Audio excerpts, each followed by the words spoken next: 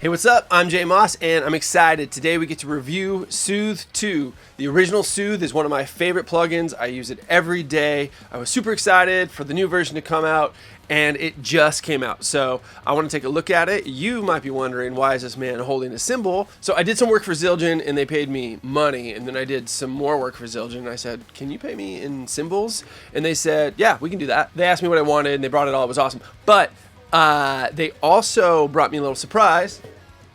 That guy, this is a Carote prototype, maybe the first Carote prototype, and I got to use this, so I still have this in my arsenal. I love having little things like that. Like, this is maybe the first Carote. I'm not even kidding, this 5150 right here, this used to belong to Aerosmith. And of course, you probably think I'm full of it, but now I'm gonna prove it.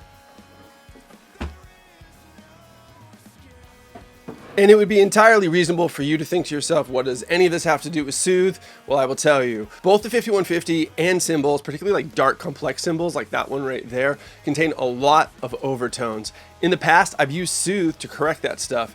Now they have a new version of the plugin. It can do more, it's more CPU efficient, and it's not just mid-range and high-end focused. Now we can go all the way down and we can correct rumble too. This is a pretty huge upgrade. I've been messing around with it all day and I totally love it, so it might be a spoiler, but definitely stick around to the end of the video because there's a bunch of tricks here. We're gonna work on like hi-hat bleed in the snare drum. We're gonna look at annoying guitars. We'll look at vocals, we'll look at mix bus. So clearly this is a very value-packed video. I bring you value. Let me do that now. Okay, so I'm just going to talk through some of the new features in Soothe. Starting from the top left, we have soft mode and we have hard mode. What's the difference is pretty much how aggressively Soothe works. You want to start on soft mode. If you can get done what you need in soft, it's going to have less artifacting. In hard mode, it's going to correct a little bit more aggressively, which might result in more artifacting, but sometimes your source signal is going to need it. These knobs we are all familiar with if we are Soothe users. This is basically how much correction do you want in terms of gain change. This is how detailed do you want that correction, and this is how many correction points do you want. I'm super psyched for this mode. I'm a huge fan of mid-side or left-right. I could see mid-side being really, really handy for moments where maybe you're mastering and maybe the guitars have too much high mid-range and it's clouding up the vocal and you don't have independent control over that. So instead what you do is you turn this to mid-side. You could then just correct the sides, thus leaving all the high mid-range content in the center. That's where your snare lives, that's where your vocal lives typically. You would bring out the pop and the articulation there while kind of muting out the conflicting frequencies that are coming in from the sides and muddying up that area. Now we have attack and release parameters, and that's going to be really, really great for drums. For example, I've got a snare drum here. Let's solo it. Now I'm going to make the attack really, really fast. You're going to see this bounces with the snare. And what I'll do to clean up hi-hat bleed is I'll start to slow the attack up until I don't see this bouncing with the snare hit so much, but I still see the residual correction for the hi-hats that linger on behind the snare.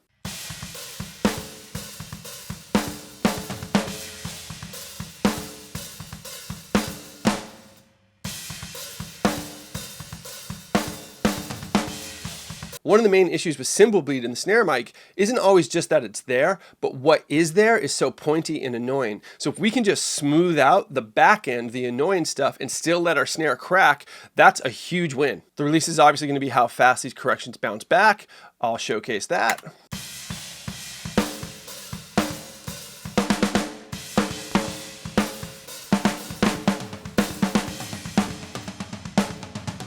So if you were looking for something that was mostly like a normal EQ, but with a little bit of bounce and flow with the music, you could just set your release really slow and that would totally do that. Now we can set our oversampling and our resolution to when we're actually mixing to when we're actually printing. See, in the past when we're dealing with cymbals and we're making a lot of really selective cuts, that can cause a lot of aliasing. So I would set the maximum resolution and the maximum oversampling, but that's really, really CPU intensive. So what I would do is I would bake it in, I would print it into the file, and then I'd have to wait for all of that to work, and then I'd come back to the session once it was done. That made a whole other step. I was still grateful to be able to do it, but now this is incredible for general monitoring and general mixing. I can leave this at 1x and normal, and then crank it for my print, which was really no reason not to do. So then every time you send something to the client, it sounds as good as it possibly can, but you don't bog down your system when you're working in real time. We now have the ability to sidechain from other sources. That could be pretty cool too. Like say for example, you wanted to darken your overheads every time the snare hit. You could set your sidechain, feed in your snare drum, and then every time the snare hit,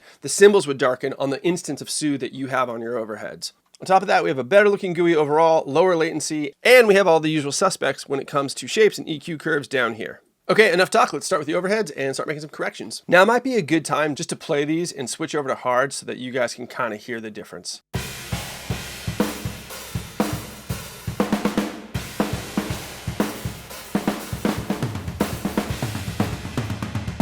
Okay, so hopefully you noticed that when I went to hard, it got smoother, but it also got kind of hollow and more artifacty sounding. For me, on the overheads, that would be far too much. What I'm gonna do now is I'm going to take it off so you can hear the overheads with nothing. I'll put it on so you can hear it with the soft, and then we'll listen to it with hard as well. For me, in this instance, soft is the way to go.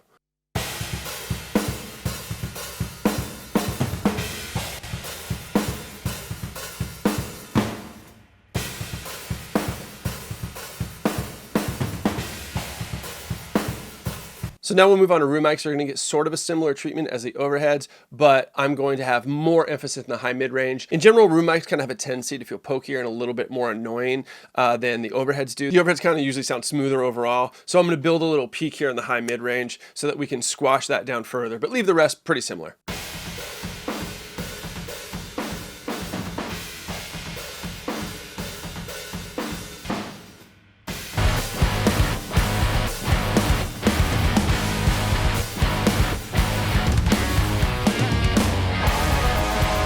This next one I feel like really applies to a lot of bedroom producers or smaller studios when they don't have the ability to record or don't want to record real guitar amps, and we do digital amp farming via some kind of sim.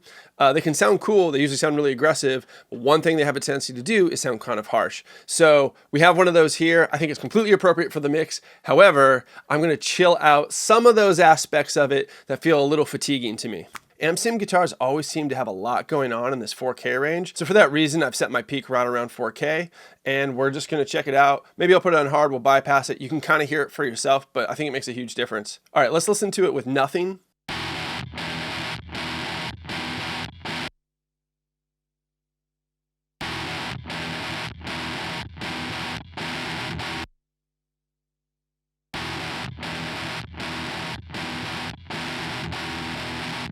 I think in this situation, given the fact that it's already kind of like digital and fuzzy and artifacty just to begin with as a tone, I don't mind the hard. I think it sounds like almost robotic in a cool way. Let's put this in the mix.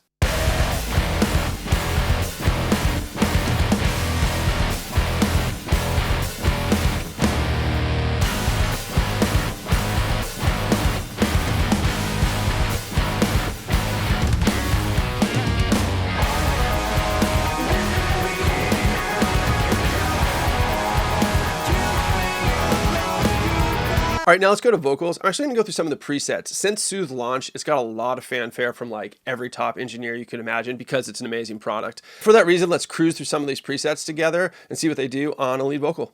All right, let's see who we got that has a vocal preset. What about Pensado? I love Pensado. Vocal start. Well, these vocals aren't exactly started, but let's check it out. Let's see what Dave did. Started seeing things for what they are. This cannot be what I need. Started seeing things for what they are. This cannot be what I need. It definitely takes the edge off. Let's try another one. All right, Joe Ciccarelli, vocal warmer. Oh, this almost looks like what we did for those amp sim guitars. Started seeing things for what they are. This cannot be what I need. I think what I like about these types of plugins is that they're responding to the input signal, and I've been talking about that a lot recently. And for as much as I love analog gear, and I use analog gear one way or another all the time, things we can do in the digital domain that are really, really hard to do or impossible to do in the analog domain is this cool sort of frequency selection dynamically with all these micro notches and all of these ways to clean up harsh frequencies. Because as a singer sings different notes and he goes up his vocal range or down his vocal range, you know, the peaks and the valleys of that frequency response are going to change with the pitch and the timbre and the inflection and the way that they're performing. So having smart software that sees that coming in and adjusts to it in real time makes our jobs as engineers a lot easier. This has obviously been a glowing Soothe 2 review. I kind of knew it would be. The team is really good. This version already feels way lighter. It's totally going to be my new go-to. I think the upgrade's really reasonably priced. If you can, pick it up, support these guys. They make great products. All right, until next time, I'm Jay Moss. I hope you learned something. Soothe your little hearts out.